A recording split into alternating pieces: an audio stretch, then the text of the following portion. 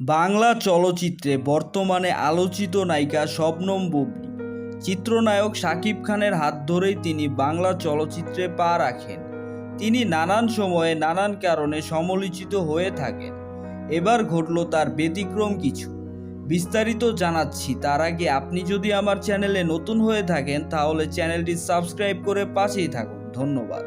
বর্তমান প্রেক্ষাপটে বাংলা চলচ্চিত্রে কয়েকজন নায়িকার নাম বলতে গেলে প্রথম সারিতেই নাম চলে আসবে শবনম বুবলীর, যিনি কিনা তার কাজ ও ব্যক্তিজীবন নিয়ে নানান সময় হয়েছেন খবরের শিরোনামে। কিন্তু এবার ঘটল তার ব্যতিক্রমী ভিন্ন চিত্র।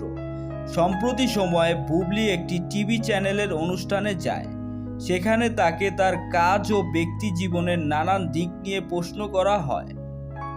অনুষ্ঠানের এক পর্যায়ে তাকে প্রশ্ন করা হয় ছোট পর্দার কোন অভিনেতাকে তার পছন্দ।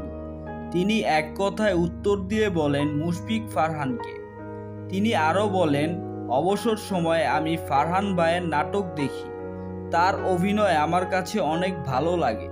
সো ভিউয়ার্স, এ বিষয়টি নিয়ে আপনাদের কি মতামত কমেন্ট করে জানাতে ভুলবেন না।